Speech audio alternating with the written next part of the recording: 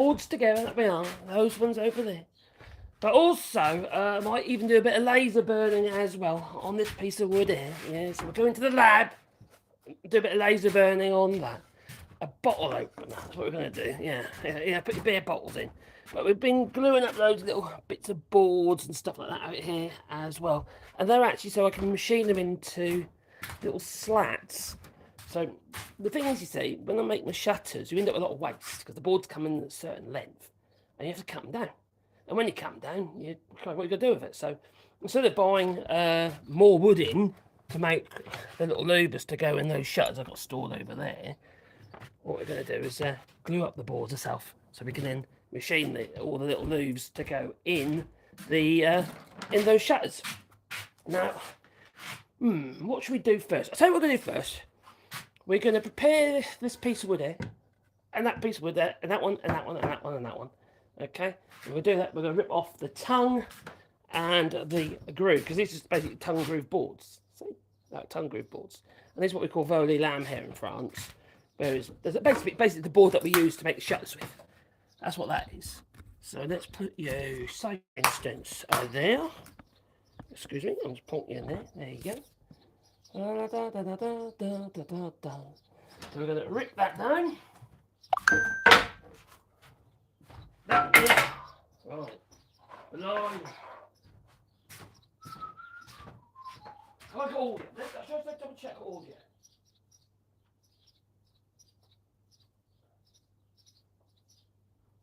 Have I got audio? Yes! Unfortunately, you know I ain't got. I've been in a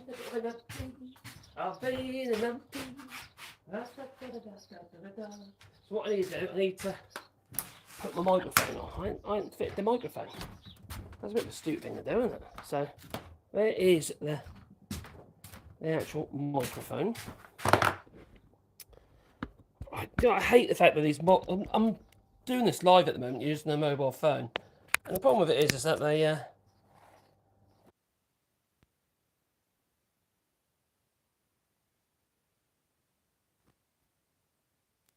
really have to use all the adapters and that.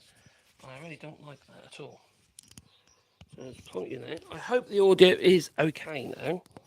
Hopefully it's working. It'd be embarrassing if it's not, isn't it? I'd have to start again. Believe me. So please let me know if you can hear us okay. Actually, I could probably do that myself.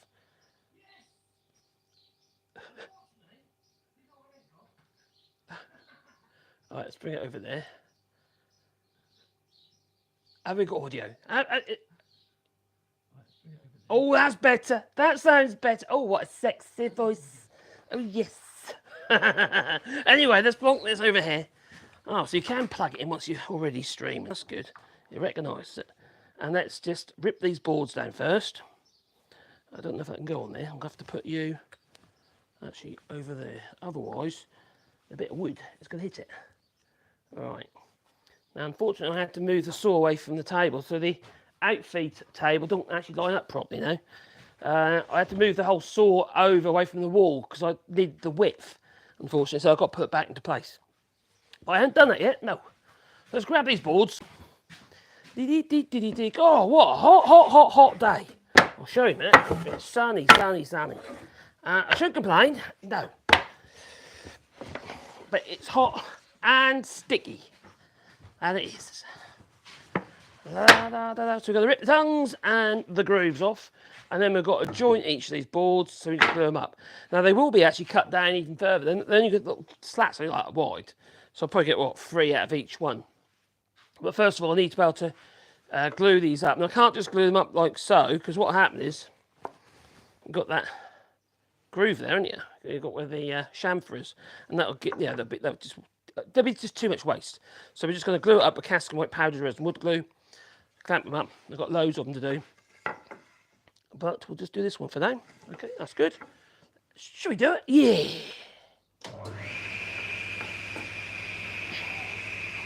What I tend to do is when I pass the wood through the saw,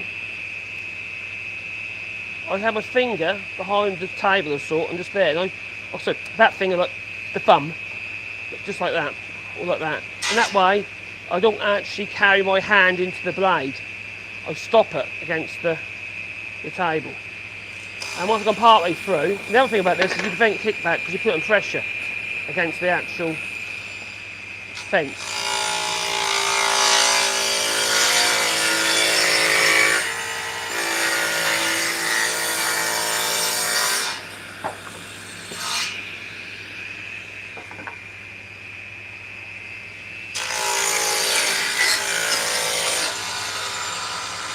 There.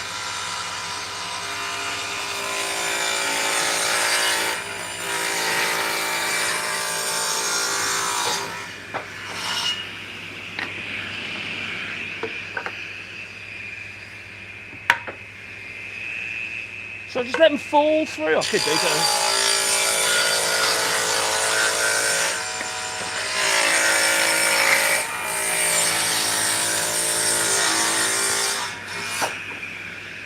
As you know, there's no guard on my saw. Oh my giddy out, I just leaned over the blade.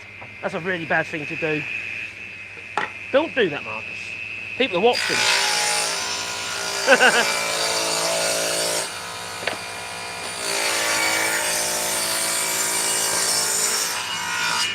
That's what I want to show you actually, because one thing you don't want to do when you're passing a piece of wood through the saw, and using any kind of push stick, don't put it hard up against the fence. Because effectively what you'll do is you potentially push it away from the fence. You want to have it just in the middle or near the blade, so you can put motion in that sort of direction.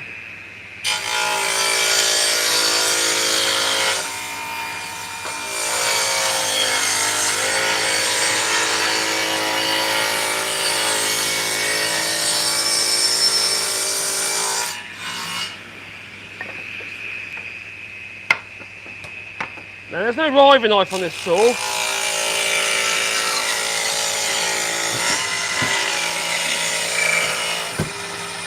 But there will be one day. How many done? 1, 2, 3, 4, 5. Is that all of them? I think it is, isn't it? Oh, 5, 6 boards. That's it.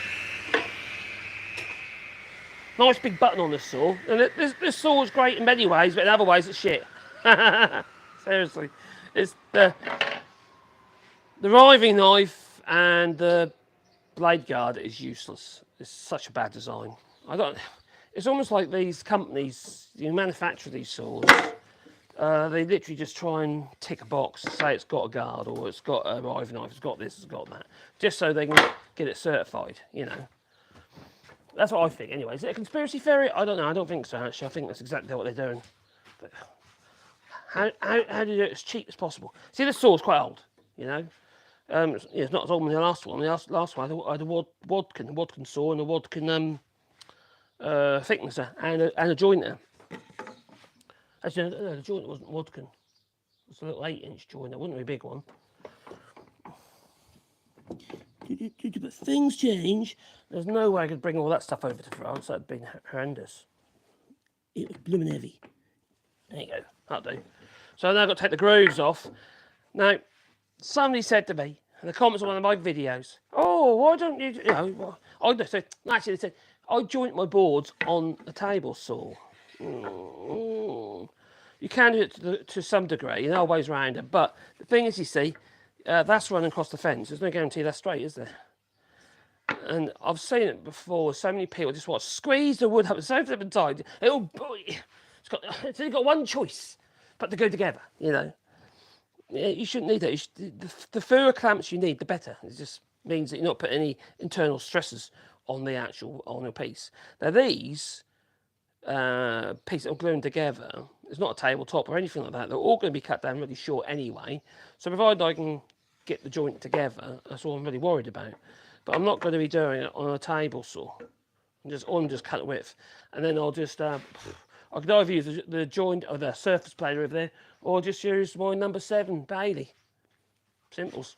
I think what we're going to do first, we'll get these cut, put them on one side, then we'll go into my laser room, in my lab, right? Dexter's lab. We'll go into Dexter's lab and we'll get that piece of wood set up, and that can be burning away because that'll take 20 minutes to do anyway. And then we'll come back in here and we'll start jointing and gluing up. That's what I think we'll do.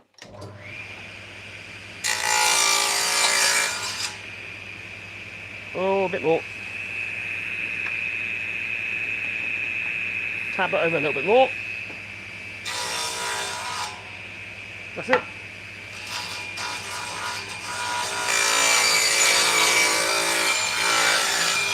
You push stick if you like.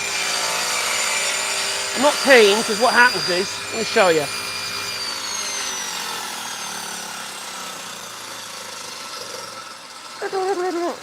Stop! Stop! Right. Yeah, there's no blade break on the saw because it's old. It's old. Now, the thing is, if you use a push stick like this, all right, only one, when you're pushing the hand towards the fence like that, you will actually start pushing your piece of wood out that way. And then all you'll do is actually add a curve to your cut. So that's why I kind of like using these things, because they apply the pressure, and you can apply pressure across the length of the piece of wood up to the blade, and then it doesn't do that. Now, the other thing I'd recommend you never use is, you know those roller stands you get, and you put them on the side of your table saw, right, or even your thicknesses and stuff like that. The problem with them is they provide direction for the actual wood. Now you think, okay, it's the right direction, it's going that way, but no, it'll be pointing slightly that way or pointing slightly that way. And the problem is, if you've got a long piece of wood and you're passing it through, and it's influencing your piece of wood against the cut of the blade, you put a curve in it again, or a bind, or yeah, just cut a little bit of, well, not really, because it's such a big bit of wood, if it's that long, but you could get kickback. There you go. Bring it back a bit before I start it again.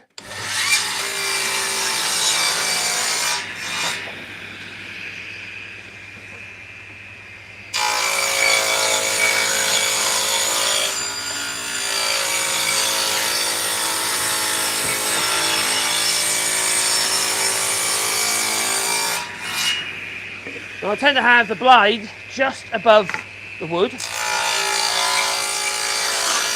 So yes, it can still cut you.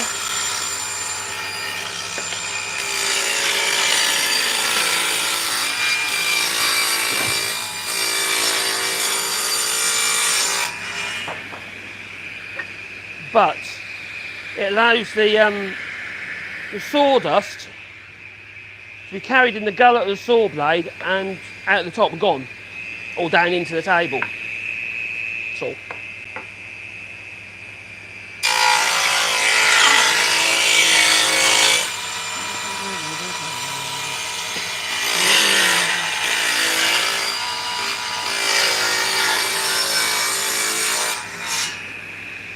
If the blade's at a certain height, only just poking through, your hands aren't going to touch the blade anyway, if you use the push stick, is it? Yeah, even one like this. Okay, you could argue it needs to be a bit taller, but that's enough. You know, you're not going to, as long as your fingers don't go that can go down lower than the bottom there, there's no, how are you going to cut yourself? I've seen people with these push sticks, they're up here. You know, there's one guy what was shaped with a saw, and it's all the way up here. See, there he is, little floppy thing like that. He's got no control. If your finger's floppy, you've got no control. Seriously. Floppy things are uncontrollable. You've got to work your wood, you have. You really have.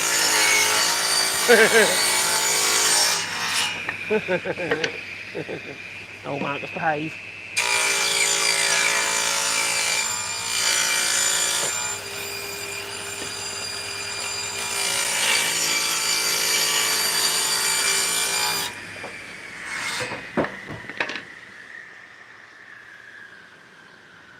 I kind of would argue maybe I'm a little bit on the high side of that blade. I might like a little bit lower than that. But I do like the gullet just above the actual wood itself. So if you look at that, is it too high? Well, not really, is it? No, it's not. Stop. No, the teeth are clear in it. Good. So the reason why, what happens is, you see, otherwise, if you stop and start, you end up with these circular burn marks in your wood. Especially if the teeth are still in the wood, the top of the teeth are still in the wood, so you end up with these circular burn marks. So I like that to be clear, and also it helps clear the sawdust out of the way, which prevents the burning and also overheating of the saw blade. So this is how I do it. Now, I don't like it that way for donkey's years, so I ain't killed myself yet or chopped my hands off just yet. Hope I don't. I've nicked myself. Actually, I've done more damage with hand tools, to be fair. Hammers, they're the thing. Years of abuse with a hammer, we keep bashing your fingers. Yeah, that's not such a great idea. It hurts, you know. Just to let you know, it does hurt. Right. Okay. Oh, 127 people there. Hello there, 127 people. Welcome to my humble workshop here in France. Well, oh, we've got people in the comments. Hello, Mad Monk. I hope you're well. Hello, Daniel Sanchez Torre. What are you making? Well, I'm going to be joining some boards together for my shutters, because I've got to make those little louvers, like angular louvers, 45-degree louvers, to go into these little slots. Yeah? So they're going to be going into those little slots. So I've got to do that.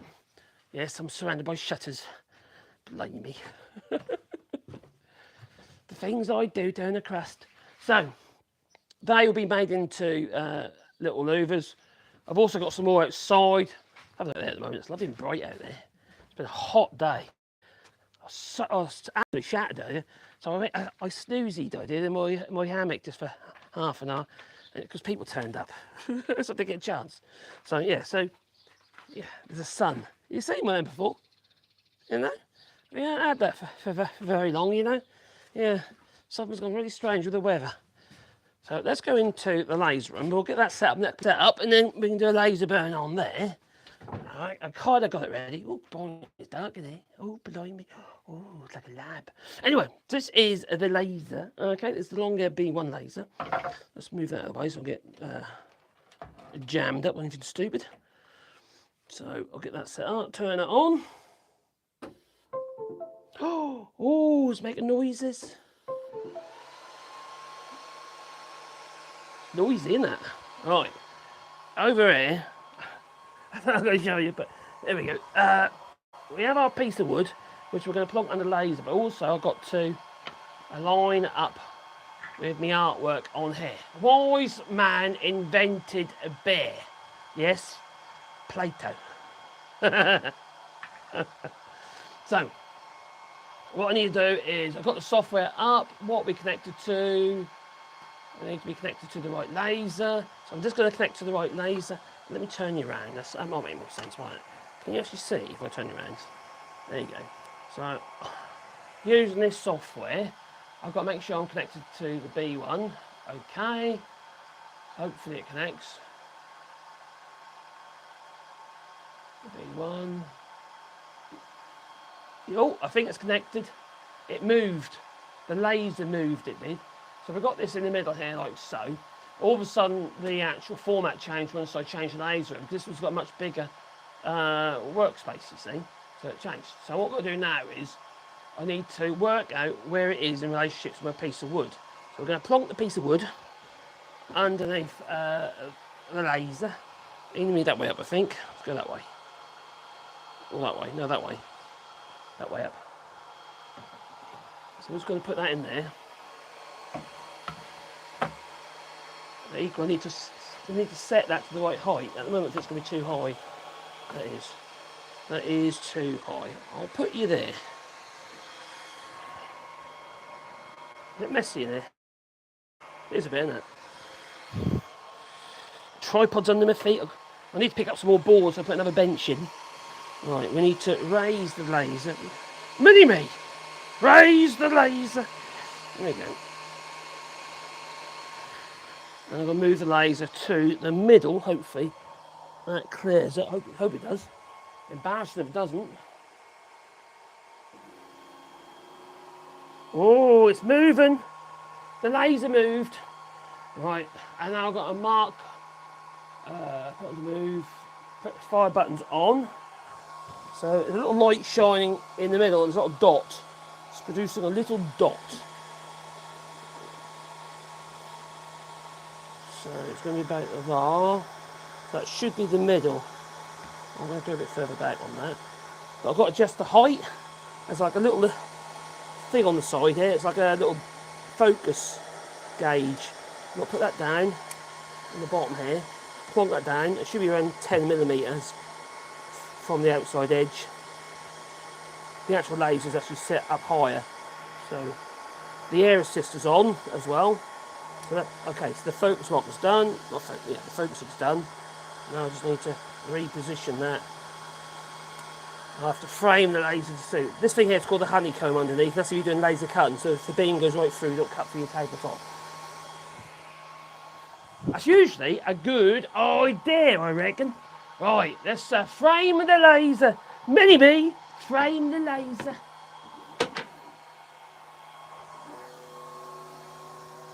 Currently, yeah, my laser burns bigger than the wood. So I need to shrink it down. And then I'll click the middle again. So I'll put the laser in the middle of the artwork. Yep. So now it's got to move the wood to the centre. And let's see whether or not it's the right size.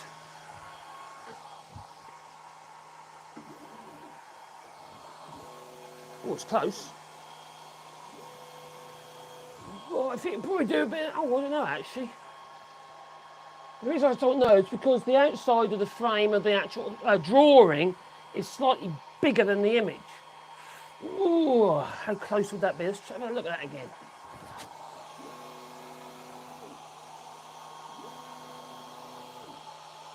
Maybe a little bit smaller.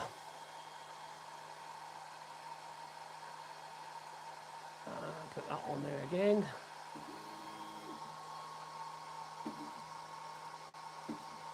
Try to find the middle. I think that's nearly. That's the middle of the artwork. You can call it that. Let's bring this a bit further this way. So I'll clean a piece of wood. Now let's frame the laser again. We'll quick move that out of the way. And then we'll go back in the workshop while it's doing its thing.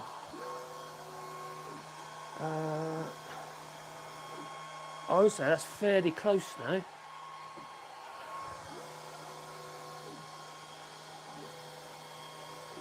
Oh, pretty close.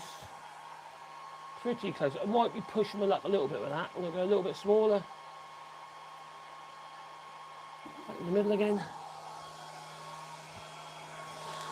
Over.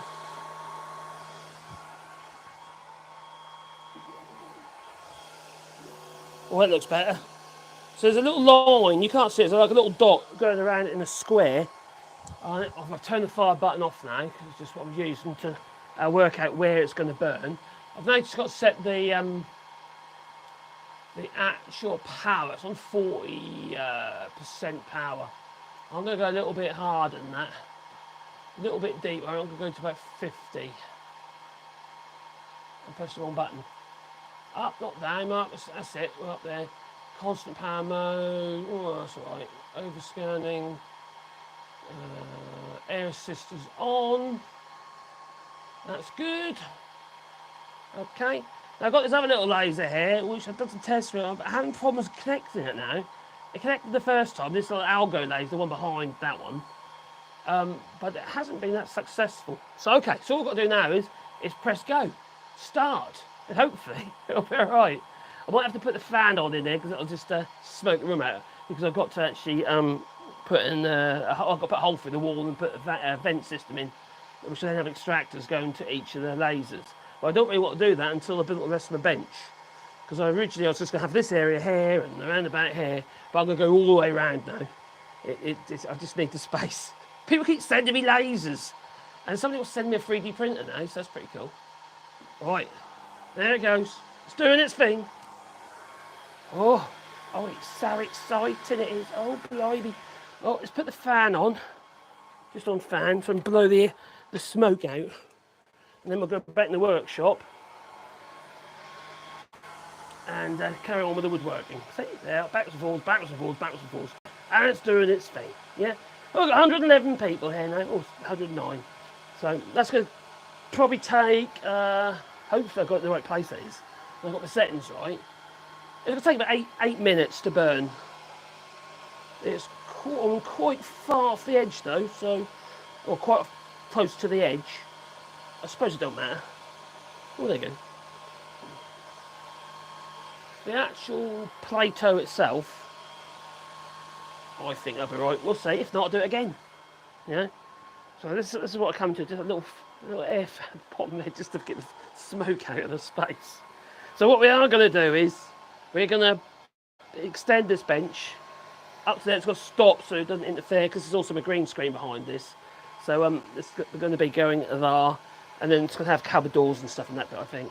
Oh, storage! Oh my God, and Bennett is a monster. Crikey, you made me jump. What's up, darling? I just have a question. Can I ask you a question quickly? Go on then. I've got a wheel barrel full of soil. Where would you like it? Oh, soil. Oh, my favourite. In the polytunnel or? In the polytunnel? Is it soil? Which polytunnel? Could go in the other polytunnel. That's what the one we did the other day. Yeah, that'd be good. You okay with that? It's a bit hot. Hot and sweaty and sticky. It's getting smoky now already. You see the smoke? It's starting to get smoky. It's burning anyway. So we'll see. I think I might have made it a little bit wide, but we'll see. That might be all right. So anyway, back into the workshop. That we are. We've got a piece of wood over there, and what we're going to do is we're going to joint them. There's various ways of jointing that there is, you know, but I like to use a hand plane, okay? Because it's something I've done all my life, and it makes me happy. Yeah, I like to make shavings, you see, and it's quiet. That's the other nice thing about it, it's quiet. Now, should I move that over there? Well, I can get you a better angle.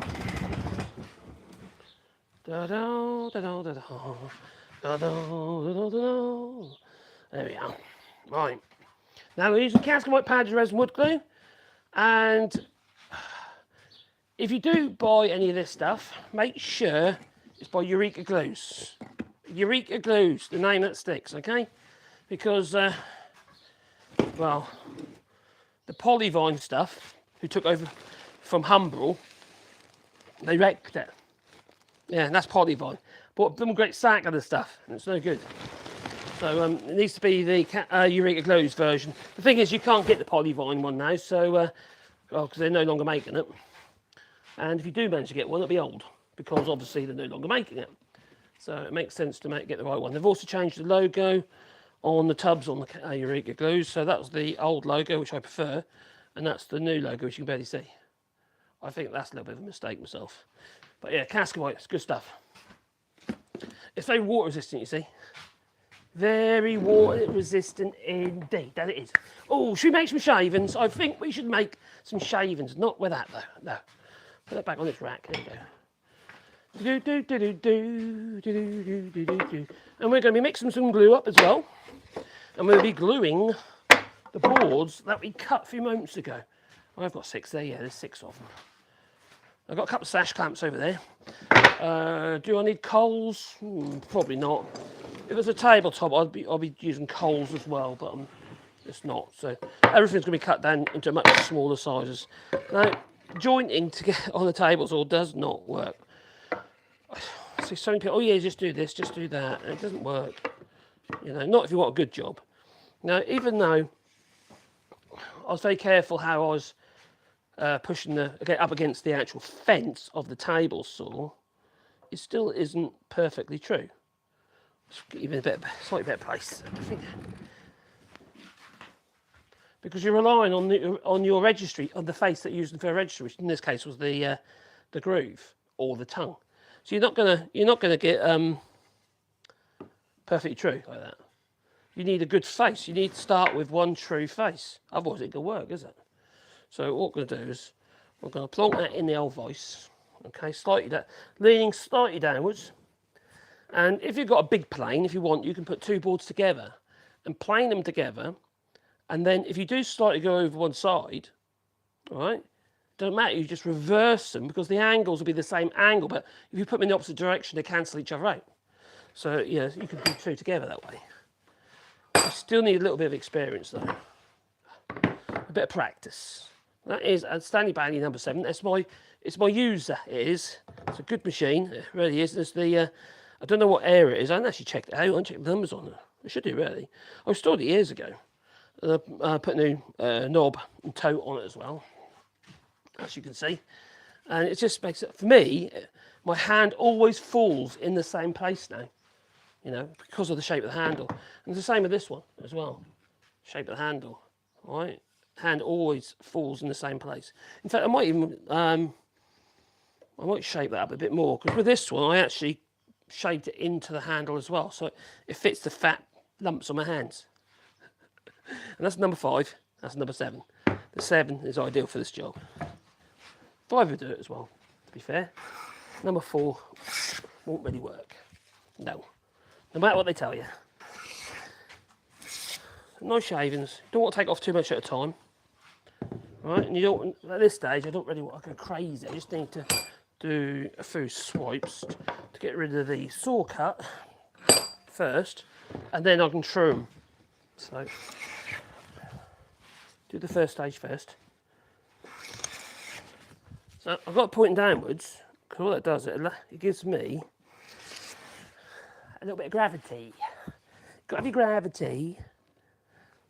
I've got a bit. It's gone too fine. Too fine. Start again. Ah, that's what I like. I like to see a shaving. There you are. Probably do a sharpening actually. You see I'm holding the plane? I'm not even touching the knob, am I? No. Yeah, I leave it to somebody else. But anyway, so I tend to thumb and forefinger like that, and that finger acts as a fence. You can do it here if you like, just don't touch the plain iron because obviously it's sharp. It's sharp. So that's one. Then we'll have to mark these as well as we go. Otherwise, we might have a bit of a situation where we get a bit confused, and that just won't do. So if you're doing multiple boards, you need to mark it. Otherwise, you're going, you know, which boards are going to which. Obviously, you're going to take them off again. When you put them back again, you're going to get have a bit of a problem, aren't you? I think so. Just making sure that the grain is going in the right direction. Pointing down slightly. Like that. Don't bang with your palm like I just did though.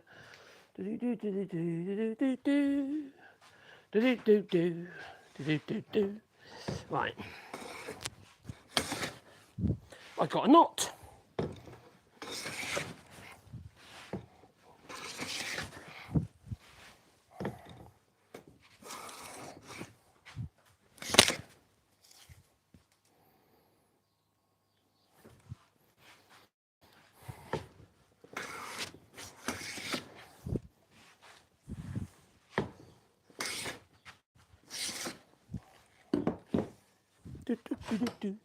Knots are a pain in the derriere. Oh, that's right, that's good. Make some curlies.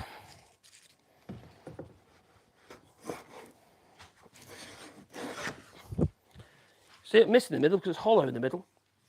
So it's engaging, with hollow, engaging. And that is from the fence. And that's from the actual fact that the board didn't have a good registry. There was a straight face. Now, at the moment, I'm trimming along here, not for no problem at all. Look at it here, I've got so much tear out because the grain at that point is going in the opposite direction. Why is that? It's because of that. So you see the grain comes across here and it's coming up that way. Whereas I'm playing in the opposite direction because the grain here is going that way. So in theory, you go one way, then the other. It's not ideal, is it? Now, if I was doing any face work on that, I'd be using a scraper. Does that go together okay? Ooh.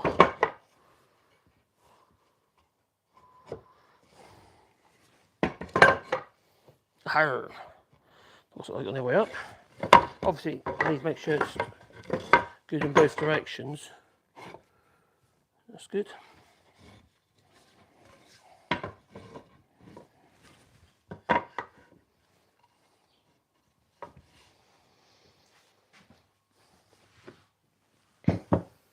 Like you say, you could use the number 5. I say number 5 is a little bit short, really, for trim boards of this length. Is it sharp? That's the question. I do love the feel of this plane, though. I really do. Since I've, you know, done this little refurb. Oh, too much. What's up, Bear? Oh, I've got a Sebastian Bear now. I got a doggy. There you are, Sebastian. There you are. Oh, that's a good boy. Yeah. I'll probably have the others coming in now. First be Pandora. Right. Have we still got audio? I do. I use Cascamite. What have I missed? What have I missed? Oh, cheers, Mad Monk. Hello, everyone. Says Josh. Hello, Josh. Hello, John Smith. Okay, this is badass. 3 tattoos with laser engraver. Yes, I did see your comment before, Steve. That could be a plan. What about tattoo removal? I've got a funny feeling that might be done. I can't hear it moving. I can hear it, but I can't hear it moving. Now this is a bit blunt.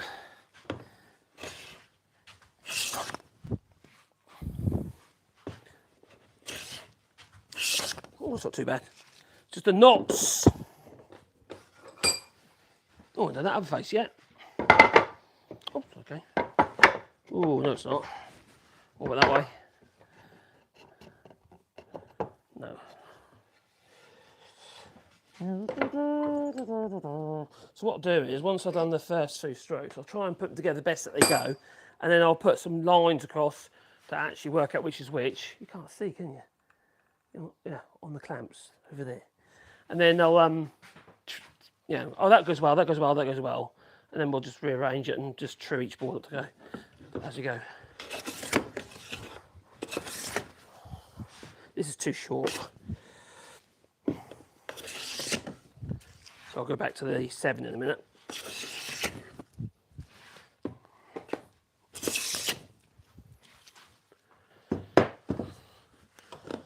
But you can do it. But you can. I'm not worrying about reversing the grain. The pattern of the grain. I'm going to put that on near the edge. It's got a bit of a twist in it. Because these are going to be all cut down a lot shorter. And also, they're going to be machined down into much smaller pieces. So it's not really a priority for me. So I'm only doing this for the purpose of... maybe that will go over there. Just for the purpose of making louvres for the shutters.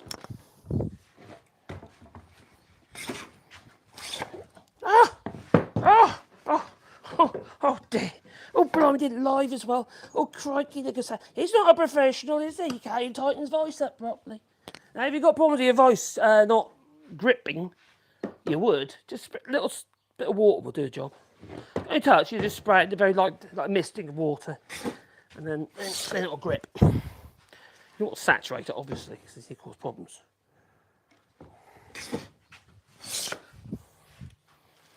Now, we all have a bit of a tendency to go one way or the other, so it's a good idea to work out what that is for you. You know, where you start going like either to the right or to the left. To the right is more normal than to the left, because you're standing to the side of your piece of wood and not in line with it, you tend to be pushing that way. So effectively you can twist it. So you just got to be aware of it. So if you know what your tendency is, you can compensate. That's what she said.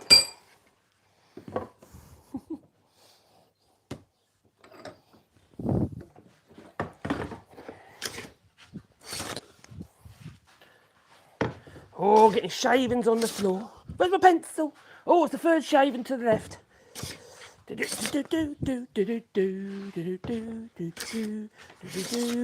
are. Curlies. You got to have your curlies. Not them curlies, no. Oh, that was a better one. 2 more here. Tell you what, before I carry on, I'll just double check, see whether that's actually stopped, because I must have done by now. Yes, it's finished. Did I do it too big? Are the words too close to the edge?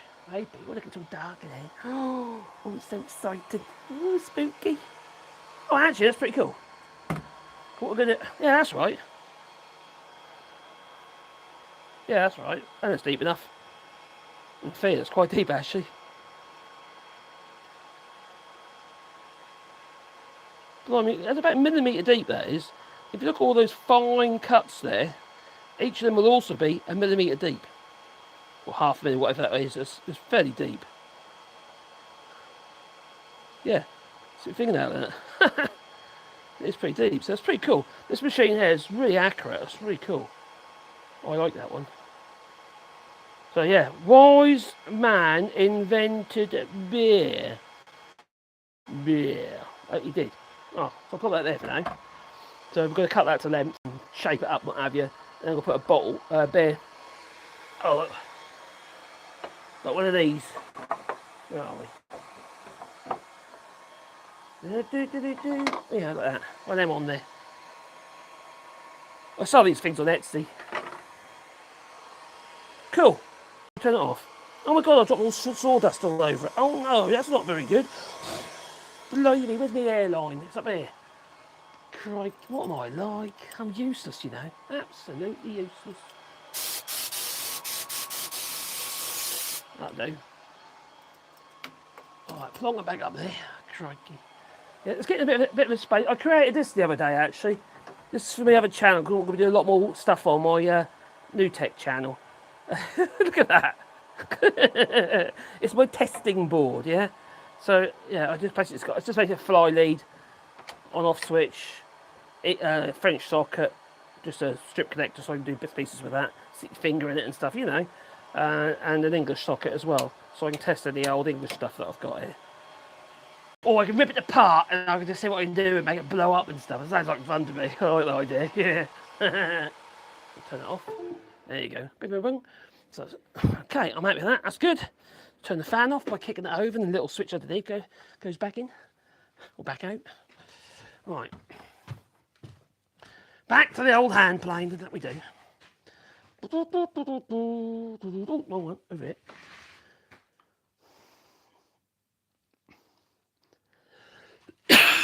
Oh dear. Is that smoke? Okay. That's very annoying. That internet goes off, you know. Hello, Marty. Hope you're well. What's the best wood glue? Okay. Depends what you use it for. Hello, Marty. Hope you're well. It's just... it depends on what you use it on. Let me explain.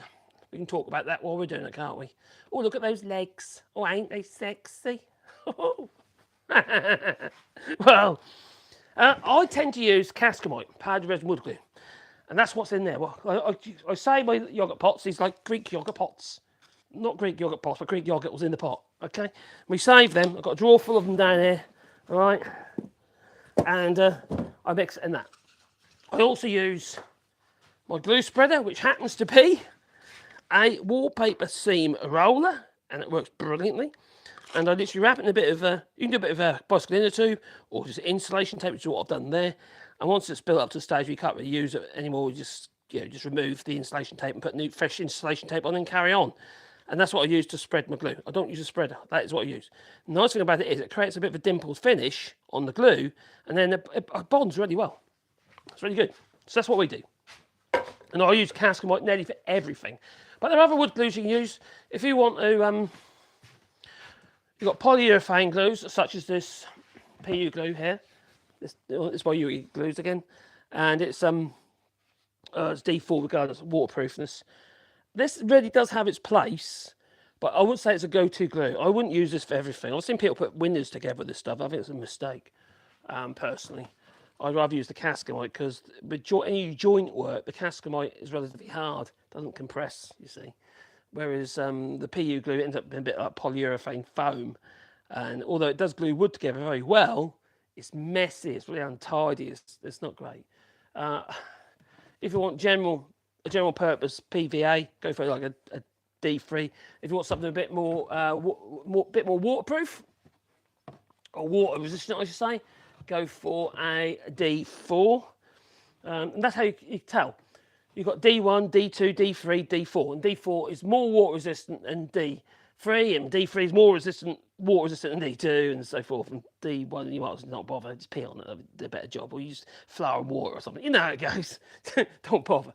So there are other glues you can use as well. Obviously, you've got your sarin acrylates, would definitely have the place in the workshop. Really handy for temporary fixing, if you just wanted for templates and stuff like that, router work, or even on table saw. You know, there's lots you can do, and there's lots of different glues out there to use. But my go-to is Cascamite. Now, I've used it pretty much most of my life. I stopped for a while because it went downhill. But luckily, Eureka Glue's got hold of it. Took it off. Oh, away from Polyvine, who ruined it, and now it's good again. Now Polyvine took over from Humbrol. The Humbrol, which is like plastic, used to make model aeroplanes and stuff like that. Now Humbrol got into a bit of trouble. Anyway, they shut down. What happened to Cascaway? Well, Polyvine took over, which was a varnish company, and they took over, and that was good stuff for a while. You know, even Polyvine had it, but it wasn't the original formula. Nobody has the original formula from Humbrol. Nobody does. Not as far as well, it's not public anyway. So they've had to reformulate. All these companies had to reformulate, including Polyvine.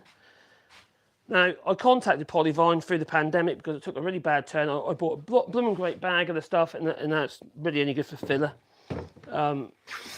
Which is really, you know, if we paid 200 quid for a big old sack of the stuff, or whatever it was, including postage, there's a lot of money in it. Oh, see, that's a nicer piece of wood. So look, I'm getting continuous, uniform, fairly good shavings there. You can make a tape measure with that. So it's a clean piece of wood. Any knots are tiny. They're not problematic knots on that piece. So turn it around, have a way. So if you've got a knotty piece of pine, it's harder to plane. It also doesn't glue up very well because of the resin.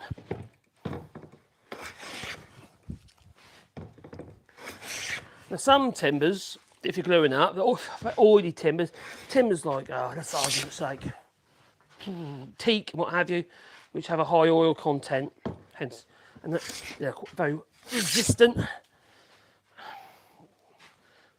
Well, they're swamp woods. Sometimes it's a good idea to use some alcohol or acetone, what have you, and give them a wipe over before you glue them. And what it does, it removes a lot of the surface oils out of the wood. It allows the glue to penetrate, so you get a better adherence with the glue. We're getting closer, but we're not done yet. All I'm doing is just smooth them off at the moment. They're not trued yet. So you can do this, like I say, you can do this on the joint now.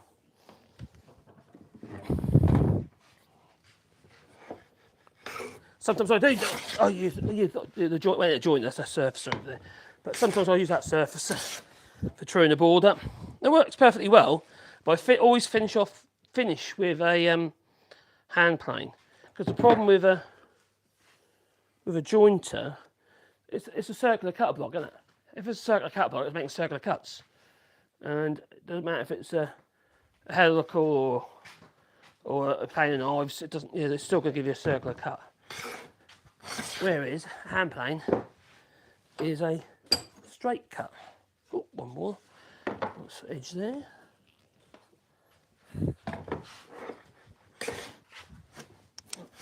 Now, if I was to buy a new hand plane, I didn't want to spend a lot of money, you could go for one of the Ryder from Axminster in the UK. If you can't get hold of those, there's other ones as well. You've got, which aren't too expensive. Footprint are cheap. You will need to do some fettling. You'll need a little bit of work, but most hand planes do, to be fair. Unless you get Lee Nilsson. But when you look at like something like this, €500-600, it's a lot of money, isn't it? For one hand plane.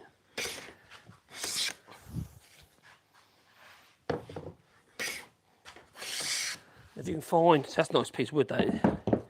Another nice shaving. There's something about a hand plane, you know, when you take a shave, it's very, very nice.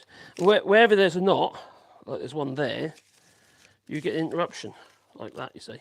It's basically a void. It's a void in the piece of wood. I've managed to peel a little bit of the knot out on that piece there, as you can see. But that piece there, it just turned into crumbs. I fell out of the shaving. And you got the rest of it. It's funny how the shaving goes, like, swings to the right. I suppose it depends on what you're into, really, doesn't it? It's quite nice. Hello there, gingers. I hope you're well. Hello, everybody. Well, a small portable workbench is in my future. Just make nice and strong, nice strong joints if you're going to make a wooden workbench. If it's going to be a tabletop one or something like that, just keep it all strong until you can clamp it down if it's a tabletop one. But there's lots of people that showing you how to make workbenches. I ought to do one actually on YouTube. There's loads out there, people making workbenches. But a lot of them are a bit flimsy, if you ask me. You see them used now. I saw one guy on my feed, and he's got this bench. It sounds quite cool how he's done it, you know. And obviously it didn't take him very long. It was all pocket screws, and I'm not a lover of pocket screws, as you probably know. But when he started using it, and I was watching this bench, it's like moving every time. It's got to be solid. This thing, don't move. Right? This bench, you do not move it. It's fixed. It's never going to be moved, not while I'm alive probably, and it might get new tops and reincarnations of the same thing. But the wood in this bench came out of the sorting office in London, wartime sorting office. It was the roof that was basically double. They just stuck the beams on the roof, and that was bomb-proofing. And I managed to get hold of a load of that and machine it all up into boards and beams and all sorts of stuff, your usual size pieces. Beautiful piece of Douglas fir. And that was a beautiful piece of Douglas fir. Grown as it should be, not too close together. So now, I need a bit of jiggery-pokery and have a look at these boards. That I do. And I'll spin around a suit. And then we'll trim up to go, as we go. At the moment, they're not trued up. Where's my pencil? How come I've lost my pencil? I had it a minute ago. I'll have to use this one instead. Blimey. I've got a nice tough carbon pencil somewhere. Nope, it's not under there. It's so annoying when that happens. So I've just got to place them together, making sure they are together. So that joint there is it's fairly good. This one here isn't so. So I'm not worrying about grain direction because I'm cutting all this down. Usually you'd want your, let's say for instance, you've got your rings going that way, you'd want these rings going in the opposite way. Yeah, you'd kind of want to reverse it. Now some people say, no, you don't need to do that. You do.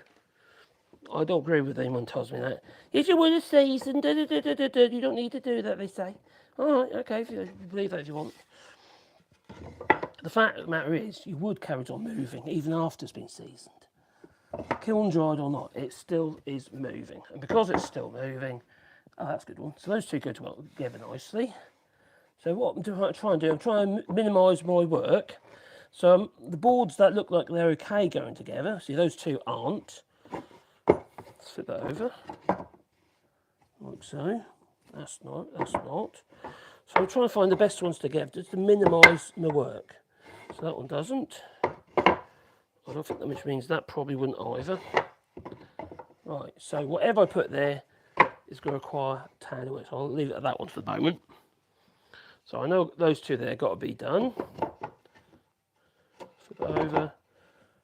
No, that is a bit of a slight twist. So I'll put one near the edge. That could be an edge board along with a twist. Is that one? Which one's a twist? That one. So it's got a wind in it. It's winding me up. It is. So that's got yeah. So I'll put that at the edge. I don't want that to influence the rest.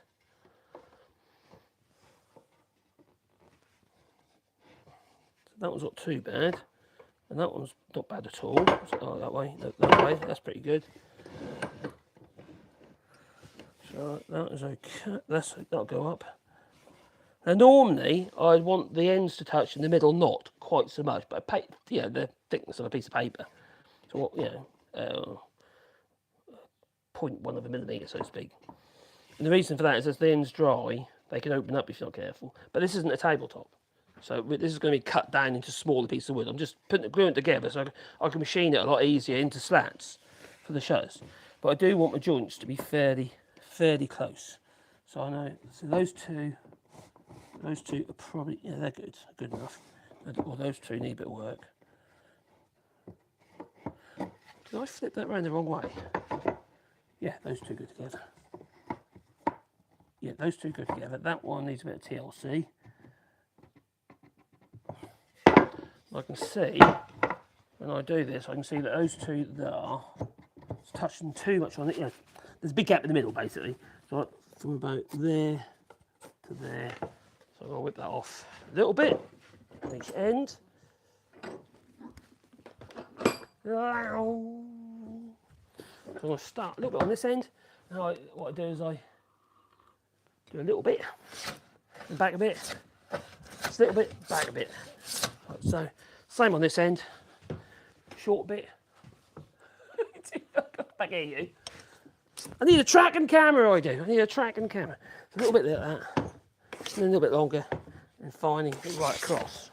Then hope, cross your fingers, and hope it's going to be a little bit better than it was last time. And it is. That's fine now. Fine. As you see, it's not gappy on that edge there, in the middle. There's no gap in the middle. I can't see it there, again, wrong end there. So, I'm just going to work my way through them. Then we'll glue them up, clamp them up. And at a later date, I can then machine it. I've got the same problem on this one.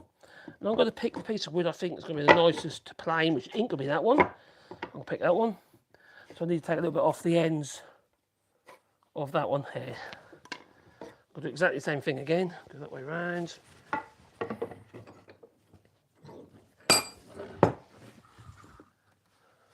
Get on this end first.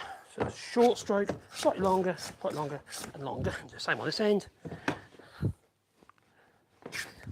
I'm using the toe of the plane as my guide on the piece that's already been planed, because that is true in that direction, but not necessarily that direction. But I'm doing my short strokes, lifting it off, and then a slightly longer stroke, then a slightly longer stroke until finally I do a full stroke. Oh, make the missus happy. There you go. So then we've got a full shaving. There you go. This would be good for like arts and crafts, wouldn't it?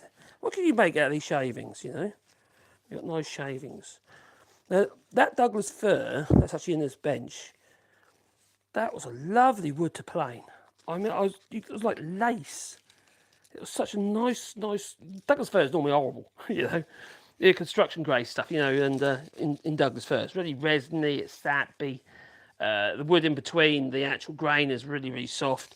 But if you've got a good old piece, I mean a proper old piece, and a piece that's also been seasoned for a very long time, it's actually really nice wood. It really is. That way around, there you go. That's why you put your marks on, so you make sure it goes back in the same way. Yeah, I'm happy with that, that's good. Maybe a little bit on the end. No, that's good, that's fine, that'll do. Right, then we've got that one, which is same again, touch on the ends again. I don't want to do that plank because I've walked great nail it. No, not just there. Oh, what are you doing all the way over there again? Oh, blimey, what am I like? There you go. Yeah. I need a tracking camera. It's getting desperate now. Right, so let's make sure it's touching on the ends here. That's not touched on the ends here. So that's what we've got to remove. Then we'll do it on this piece. So back over here again. Oh, crikey. These are them lazy Susans or something. Actually, I have got one. I should do that. Yeah, I've got a lazy Susan here. This is actually just 2 discs of chipboard, all right, that I cut out, and I glued all these little blocks on it just so I can hold it. And it's literally, all right, these are made of old kitchen doors, and the joint, the pivot, is actually just a piece of copper pipe, and these are actually just little screw caps. And I usually wax it occasionally, and it works really well. So we'll put you on that.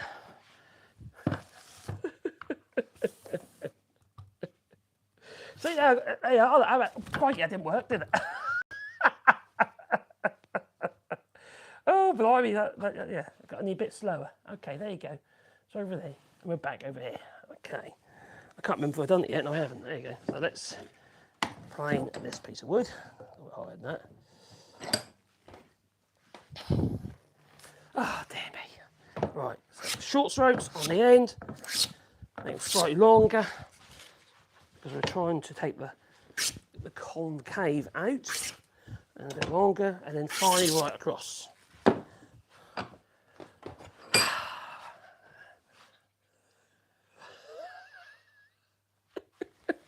Oh, I love it, I do. I love it. Right, is that better? Ooh, probably do. No, I need to take what's happening is, like I was saying earlier about how you tend to go one way or the other, I've actually gone too far one way, so I've got a bit of an angle going on. I wonder if I can correct it when I turn it around. Does it go in the other direction? No, that's good. But then it doesn't, it's not so good. Right, so what I'm going to do is I am going to, oh, I can see that in it.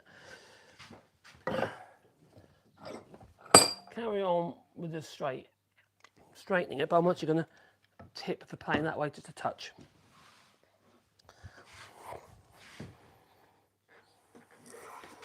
You take a bit off the right hand edge. You could do this on the skew if you wanted to. So you can correct it on the skew and then straighten the skew up. But I'm just doing it by hand. At each stroke, the shaving should become a little bit wider. Yeah, it's nearly full width now. One more, I reckon. It should be about right. So, there you go.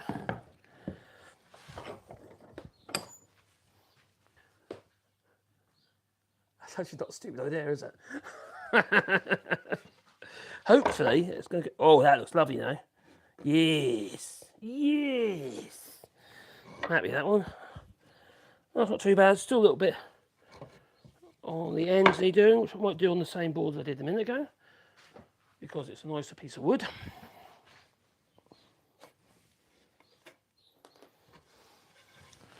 So we true that up.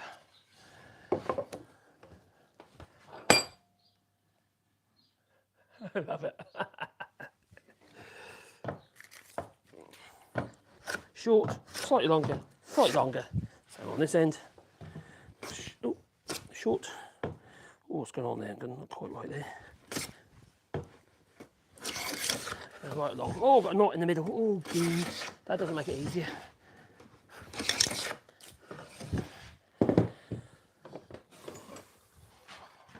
We'll grab you in a second. I'm happy with that. That's good enough. So I reckon now what we can do is we can mix some glue up. I think that's good enough. A double check. Is that one there a bit gappy or not? Oh, that's right. There's damn it. That do. That'll do. Right. So that's 6 boards. Let's bring them this way. I need to alter the foot of this sash clamp. These are just wooden sash clamps with sash heads. These are Axminster ones, or Cummins Axminster, or was it Rutland's? I can't remember. They're just cheapy ones. I do have some record ones over there as well, which are better. They're old, hard to come by now. I don't think you can still get them. You might be able to. Right, so what we're going to do a drunken sailor. We're going to flip them around like so. Like so. Like so. Now, I generally wax the tops of my clamps, so I don't need to worry about protecting. The wax does the job, stops the glue from sticking. It just pops off like little scabs. That's a mix of glue up. Cascamite powdered resin wood glue, which happens to be some in here. That little pot there. I'll just decanter it in there from the big tub here. This is why Eureka glues on there, right? Technically, that'd be sponsored, so they do send it to me, so free of charge. Like, you should wear masks with stuff. Problem I've got at the moment is I've got this flipping beard. You can't wear a mask with a beard. I try, doesn't work. No, you just. I don't know if the beard itself is going to potentially stop the. That's probably about right. That's probably enough for that lot. A little bit less. Okay. They need to make dust masks for bearded men and women. You know who you are. Oh dear, what circus was that?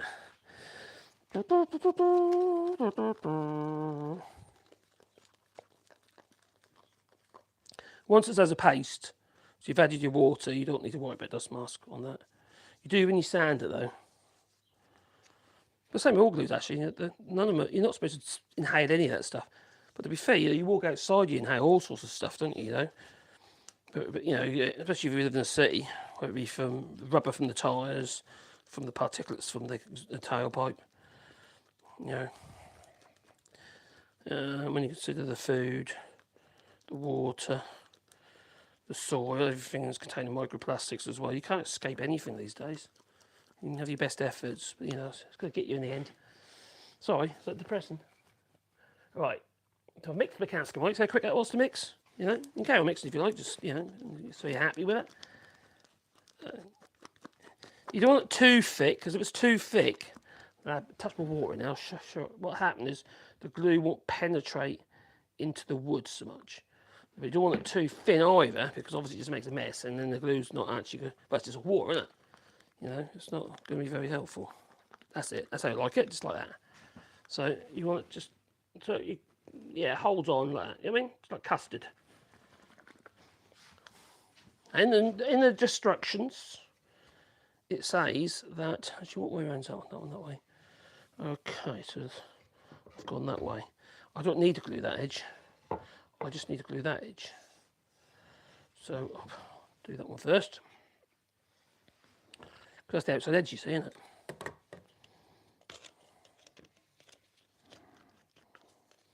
So I'll just plonk it along there like so, and I'll grab my little roller, and I'll carry the glue along the edge, a bit more than that. If you can use this technique with a roller as a spreader for your PVA as well if you want. Doesn't matter. Use it for any glue.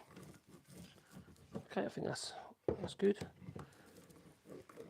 I'll put on the other face as well. So that one's going to be going over there. Then that one's going to be going to it. So now I can just literally do all the tops of this, well, 5 boards. It's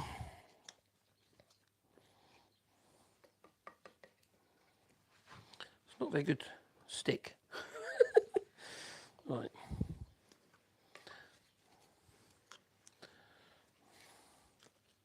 I will need to mix some more up.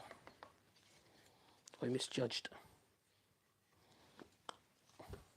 That's the downside. When if you're doing small quantities, you can quite easily get waste, and it is quite annoying when that happens. So is that one. I was going to put that on there like so temporarily, so I can put a light coat on that one because the other face has already got glue on it.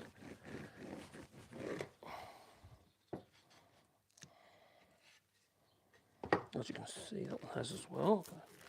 Good coverage, good.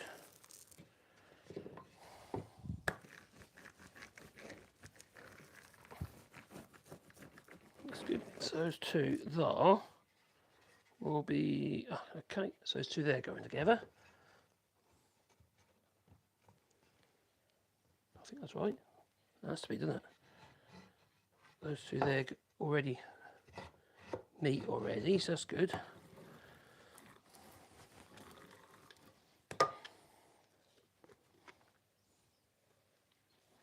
The nice thing about using a spreader like that, this roller, is you do get less waste because you're not applying so much blooming glue just to be sure, because you're squeezing it out of the bottle and it ends up all over your bench. You're literally applying an even layer right across the edge of your workpiece.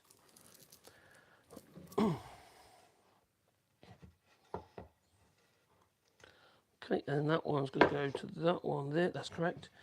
So you apply your glue there. We'll mix a little bit more up. So just this one first.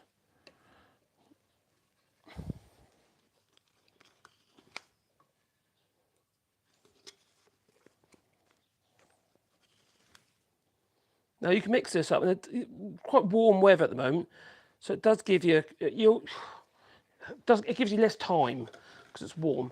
During the winter months, as long you don't use it unless it's temperatures above 10 degrees anyway. But in this weather, you can get like 2 hours working time with it. So you have to bear that in mind when you use it, when you mix it up. So you've got to think, how much can I use it all in that time? In the winter, you can mix basically. I used to do it in a couple of batches during the day. You know, enough for the morning, enough for the afternoon. Depends what I'm doing, as well, obviously. Tiny amount of water to a paste. I'll make it a mess.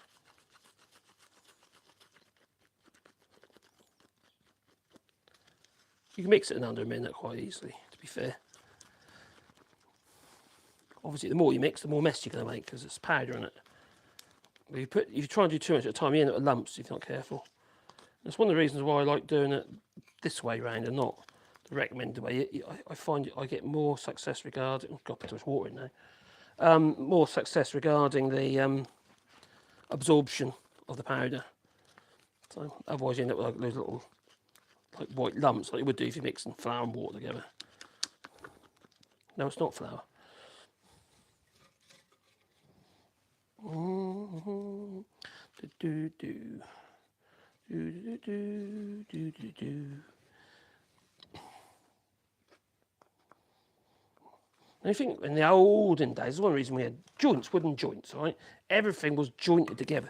They didn't have the glues like we got today. We're very fortunate that we have glues. Now, you'd have to, like for instance, these louver shutters that I've made, I didn't need to mortise the louvers, only the rails, the mortise and tenon. The thing is, you see, years ago they used to mortise the whole blooming lot because they didn't have the glues. Could you imagine the amount of work on a louver shutter if you had to mortise every single, actually every single little slat, little louvre? Take absolutely forever, wouldn't it? Like the windows in my house here, the original windows, there's no glue used. It's just all mortise and tenons and little pegs, like, like doweled or pegged. To hold all the joints together. No glue.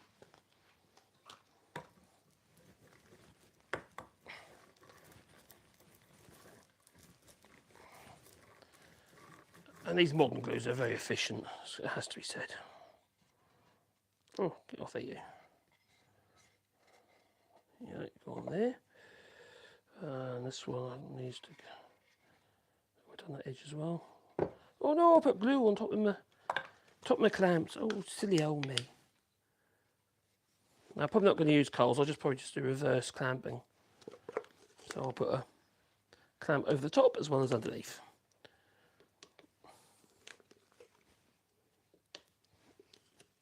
That's it, that's all the glue gone. That's the opposite face, that is, so just put extra on there.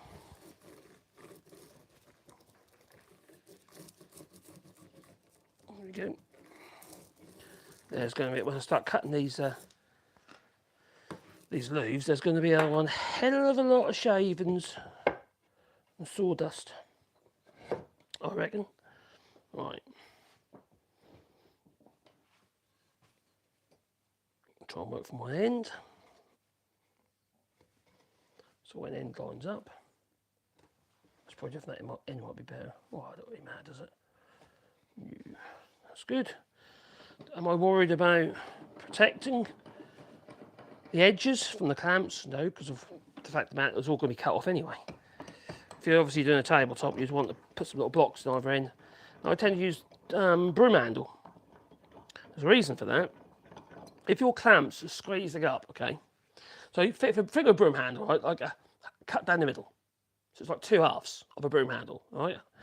I have one as a protection on this shoe and one as protection on that shoe, with the round edge facing towards the board. Yeah, the way around or the way around. Oh, it doesn't matter actually. Do either way, whatever way you can make them fit. And what happens is you then transfer the load down the middle of your workpiece instead of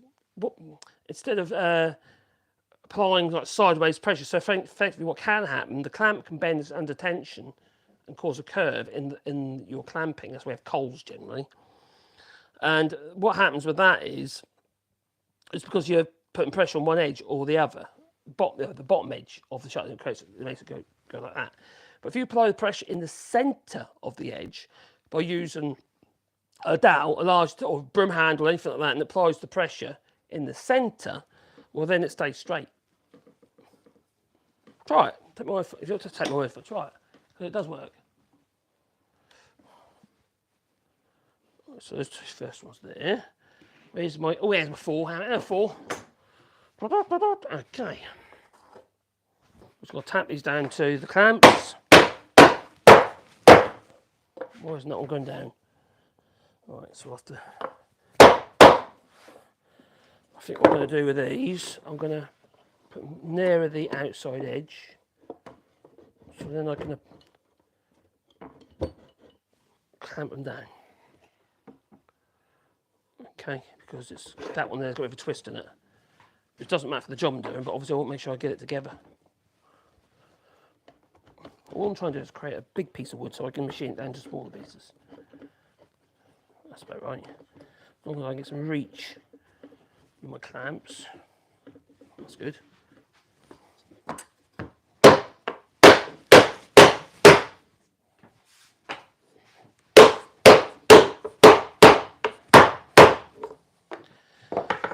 Now, coal is literally a piece of wood. Generally, you have it with a bit of a curve in it. So if you have a board that has a bit of a curve in it, a sideways curve, you could make them into coals because it'll be a natural coal, or you can machine them into a slight curve. And what that does is it applies pressure in the middle. So you clamp down the sides, at each end, sorry, and that apply pressure in the middle and help keep everything straight. Either you use iron coals and they can be straight if you like it, you can. That's not really a problem, box section. What have I got? What can I use just to clamp that down straight? A piece of wood there, that'll probably be enough. That's one. I'll put on that end because the worst bit. And a bit over here. Probably stick it on, wouldn't it? So let's get this powder away before I knock it on the floor. Don't want to lose my cascamite. No. Right. And I want 4 clamps to start with, and they must be the same clamp, or at least the same size. Otherwise, everything's going to go on the wonk. They're going to look really mad on this job, to be fair.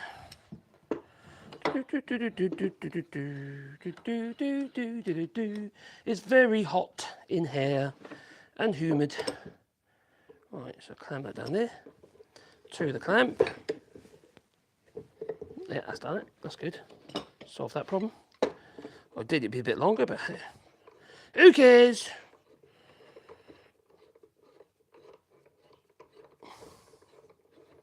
So, I suppose you could use it for a little tiny tabletop, I suppose, but that's not what it's for. It's all going to be cut into slats.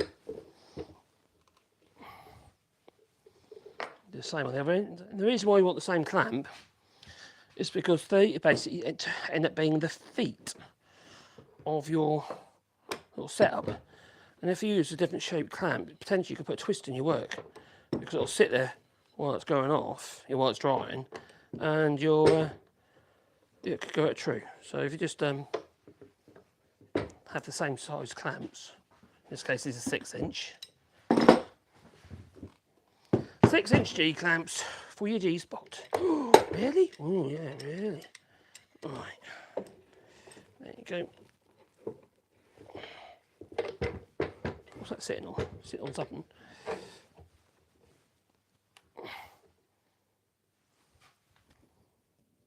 Oh, that's good. Do do do do. Do do do do do. Do do do do. What's that on there? Do do do do. So I'll put another one on the top, so I can put a little pressure in the opposite direction. Some downwards pressure.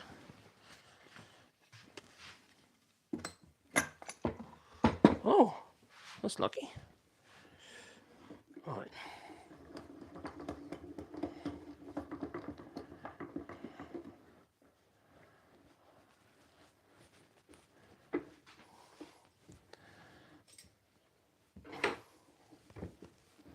How's it looking?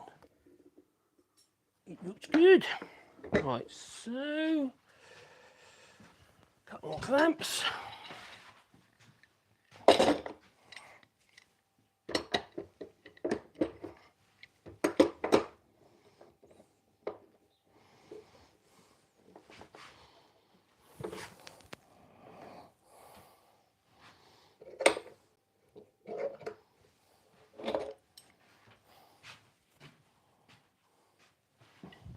There's enough reach on there actually. Might get a couple, some different clamps with longer reach. I know where there are some, I do. Honest. Right, where is that? Right, oh, there we are. These will do.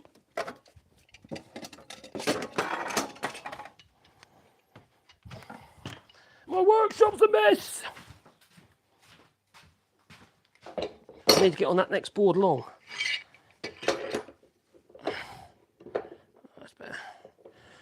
remove that one. Don't think that's doing anything. That's better. Yes. Yes.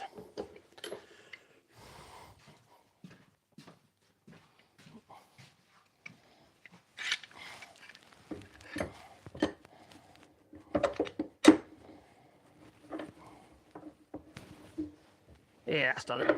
Excellent. Okay, that'll do. That'll do.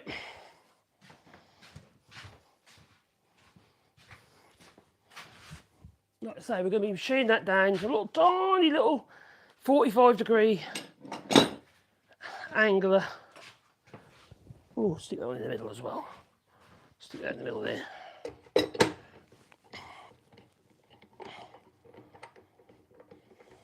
Come on.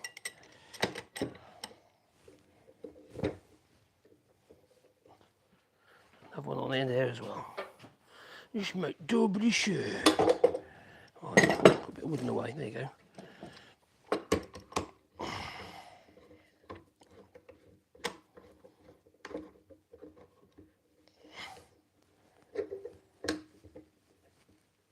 Okay, that's good. That's good. That's good. So before you could actually move it, really, I suppose, I don't know, 2 or 3 hours. That'd be biting quite, pretty darn well, especially in this weather. It's really warm. A few of the hardware stores in my area have pipe threading machines. Perhaps you could ask a store that they'd be. Oh, what have I missed? What have I missed? I've missed something. Let's scroll up. Oh, thank you, Alan. Yeah, excellent content. Ooh. Ooh. I do try. I'm very trying as well. Is the new Cascamite VOC and formaldehyde free? Actually, I don't think it is. It might be. I'll look at the. I've got all the product sheets. Actually, maybe we'll have the video on that because that's a very good point. I actually don't know. Hello, Marcus Taylor. Hello, Mr. Marcus. Come and Mr. Marcus too. Hope you're well. It's like gay OnlyFans. Like, wow, a channel to watch while you play with your wood. It's like a gay OnlyFans. Oh, okay. Whatever tickles your fancy. Oh, I don't care. No. Takes all sorts. As it do. All right, what else we got here? Do. How long have we been live for anyway?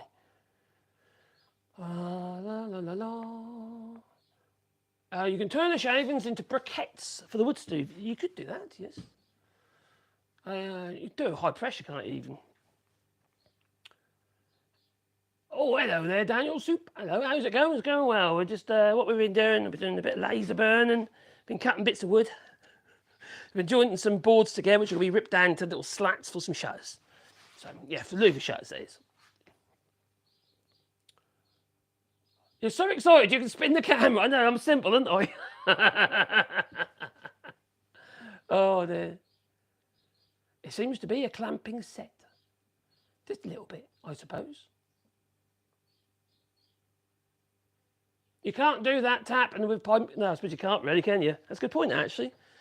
Yeah, that is good. But the pipe clamps are really popular in the United States, aren't they? They're good things, they are. But if you think of what we've got, those wooden ones I've made up there, because you make up the wooden bars with the holes in, and you just buy the clamp heads. In fact, I've got a clamp head over here. I'll try to push. It's a record one, which is a much nicer thing. It's much better made. There we go. Needs a bit of a clean up, mind the state of it. This is an old record one, donkey's years. No, I think 136 is 130. Is it 130? Oh, no, 130, sorry. These are, number 130s. And this is a record set. I believe it's record. I'm pretty certain it's record. Although I can't see it on there. Where's it? Yep, it's record. There you go. So basically you make up your piece of wood, whatever depth you want, depending on how long.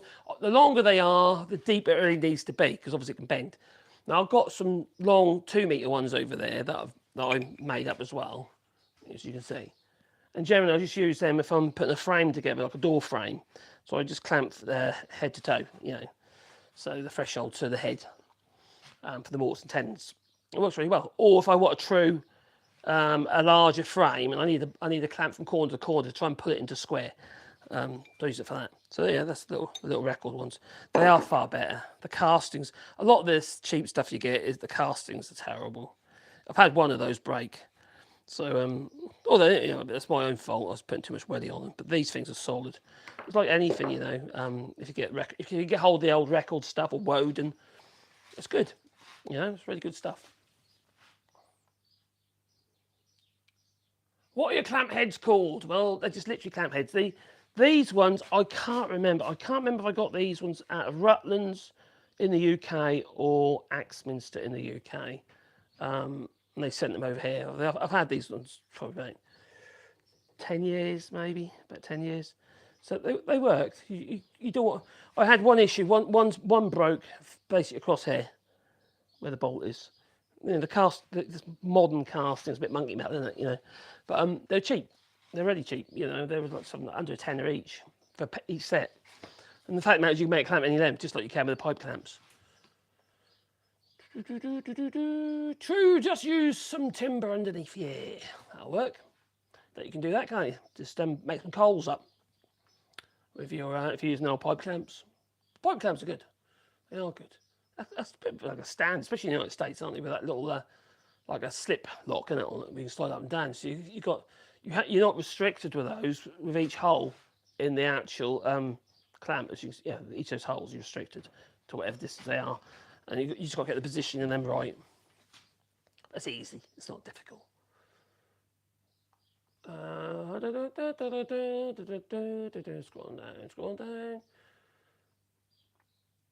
Right. The wooden ones are stellar. You can use a wider wooden beams. You could use steel. Incredible. Yeah, you could. Yeah, there's no reason why you couldn't use box section. Well, those is there. There's no reason why at all. These are just oak. That's all they are. They're just oak, fairly clean oak without any knots, and it works. Like I say, I've got these two long ones here as well. But if you want a heavy oak, I've got that big old record one there. I've got another big old record one outside, which I need to sort out. It's got a bit rusty. And I've got these two short 2-foot record. Those things squeeze the life out of you. I mean, they're flipping powerful. Those two chunky ones on there. And then I've got loads of lighter ones and some bar sash clamps. The idea if you're putting like window frames together and stuff like that, we don't want a huge amount of pressure. But if you really want to squeeze something up, those big old records are excellent. They really are. Good things. Okay, scrolling up. What have I missed? What's my son? My son's calling me now. Blimey. I'll speak to him in a moment. Anyway, do you know what? I'm going to call that it. That I am, yeah. I'm kind of get a bit tired now, It's old age and all that. That's what it is. And my beard feels like it's full of sawdust. Oh, crikey. You come back here, are you, Sebastian? Oh, I wonder what he wants. What do you want, Bear? Sebastian Bear, what are you after? What a treat. Oh, dear. Right. If you're going to have a treat, you have to do a trick for a treat. Don't you? Not trick or treat, but a trick for a trick. Oh, crikey. Yeah, what are you going to do? You don't do much in the way of tricks, actually, to be fair, do you? I'll do simple pour. Okay, that's not what I want. I want a pour. What is going on? Okay, that'll do. Have a shake. There you go. Stupid dog. Although he knows to come in there and I'm a soft touch. There's dog today. I don't know. Well, yep, time to go. That it is. So thanks for joining us, and that much appreciated. And I hope you all have a lovely evening. Yay, Ginger, Sebastian. And yeah, don't do anything I wouldn't do. Don't leave a lot, I'll tell you. Toodaloo. Thanks, Mad Monk, for moderating. Much appreciated, buddy. Thank you.